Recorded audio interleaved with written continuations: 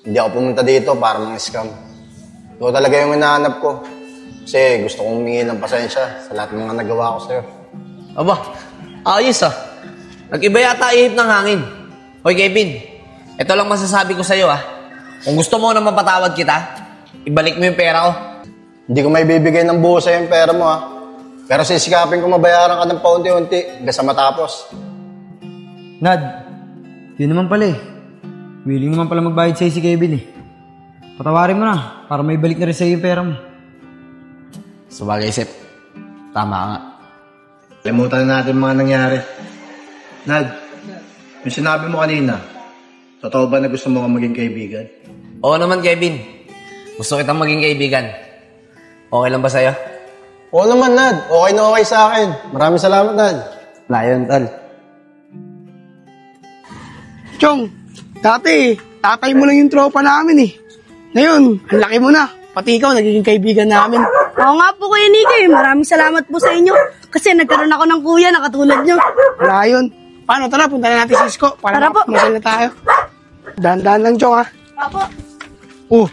Nico, Enchong, anong ginagawa niyo dito? Hey, Isko, yayain ka sana namin maglaro ng basketball. Para makapaglibang-libang tayo. Pasensya ka na, Nico ah. Hindi ako pwede. May pupuntahan kasi ako. Paano? Dito na ako ah. Nagmamadali din kasi ako eh. Isko, saan pa pupunta? Ano nangyari dun? Di ko alam Kuya Nico eh. Tara na Kuya Nico, taas na lang tayo. Tara. Tara, Chong. Tayo na lang umakyat. Sama natin si Vince. Sige Kuya Nico, tawagin na natin siya. Tara. Sep, tinan mo to si Nico. Kasama na naman si Enchong. Hindi natin alam kay Nico kung tayo pa yung gusto niya maging tropa o yung mga anak na natin eh. Kaya nga eh. Ay, Nico. Ayos ah. Yung mga anak na namin ni Joseph lagi mong kasama. Bakit? Ayaw mo na ba kaming tropa ni Joseph? Di naman sa ganun, Nad. Ang lalaki na kasi ng anak nyo. Ang saya pa kasama. Tsaka para mga kapatid na rin turing ko sa kanila. Ganun ba, Nico? Kala ko kasi, ayaw mo na kaming tropa na ito ni Joseph eh. Noko ba naman, Nad? Hindi naman sa ganun. Siyempre, lahat kayo tropa ko. Siya nga pala, Nad. Nasaan yung anak mo? Si Vince. Sama na namin ni Enchong. Ah, si Vince ba? Nandun sa bahay. Puntaan nyo na lang ni Enchong. O sige, Nad. Maraming salamat, ha. Sige lang. Ito talaga si Nico. Wala na, pre. Bihira nang sasama sa atin yan. Eh, mga anak na natin laging kasama eh. Kaya nga eh. Dalawa sila ni Isko. Mas madalas pa sila sumama sa mga anak natin kaysa sa atin dalawa. Kaya nga, tol eh. Pero ayos lang yan. Ayaw mo nun? Mas magagabayan sila ni Nico at ni Isko. Vince! Tama. Vince! Ay, kay Nico. Andito ako. Bakit po? Pupunta tayo ng Montevilla. Maglalaro tayo ng basketball. Tulad ng dati. Kapag wala tayong kalaban, pupunta tayo ng Wawa. Sige, kay Nico. Tara. Tara. Ay, Vince. Wala naman pala tayo makakalaban dito eh. Saka, hindi naman tayo lalabanan yan eh. Tara, doon naman tayo sa Wawa. Tara. Uy, Kuya Nico. Si Kuya Isko yun ah. Anong ginagawa dito niyan? Oo nga no. Sabi niya, aalis daw siya. Pero bakit nasa Montevilla siya? Kuya Nico, tara, sundan natin si Kuya Isko. Sige, Enchong. Tara. Tara.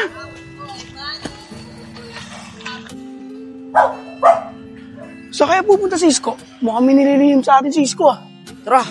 Buli natin. Tara.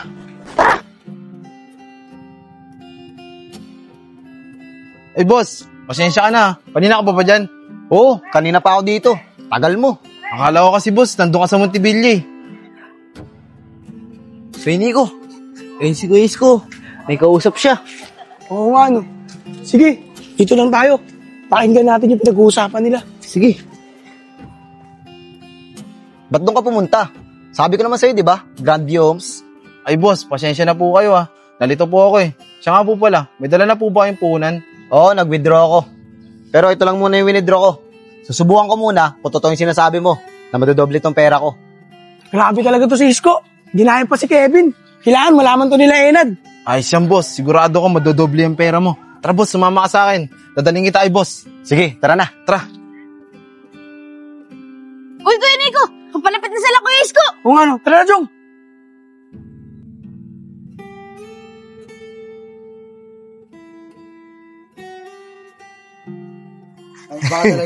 Siyempre, pre, ako pa ba? Mga tol, may papalita kami sa inyo. O bakit, Nico? Ano yun? Si Isko kasi, nakita namin na may kausap. Sa pagkakarinig nga namin parang ginagaya niya yung dating trabaho ni Kevin. Totoo ba yan? Baka naman nagkakamali lang kayo, Nico. Totoo po yung sinasabi ni Kuya Nico, tay. Ayun po talaga yung narinig namin. Nad, mukhang totoo nga yung sinasabi nila, Nico. Pero mas maganda, makausap muna natin si Isko. Kaya nga, Sep mas mabuti na rin na si Isko yung kausapin natin tungkol dyan. Para kung sakaling totoo nga yun, maaga pa lang dapat mapigilan natin siya. Tama ka, Nad. Dapat masabihan natin siya agad. Sakaling totoo mo yung sinasabi nila, Nico. Sige na, Vince. Umuwi ka na muna sa bahay. Huwag kayong mag-alala. Bukas na bukas, kakausapin namin si Isko tungkol dyan. Sige po, tay. Nad, uwi na rin ako. Kayo nang bahala kumausap kay Isko. Sige, Nico. Mag-ingat ka. Tay, pasok na muna po ako dito. Sige, Jong. Ito na ako, Nad. Sige, Tol.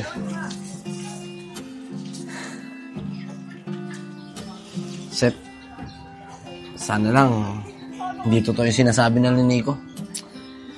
Kasi kakatapos lang ng problema natin kay Kevin Tapos Isko naman yung papalit. Huwag kang mag-alala, Nad. Sa tingin ko, hindi naman kayang gawin ni Isko yun. Sana lang talaga, Tol.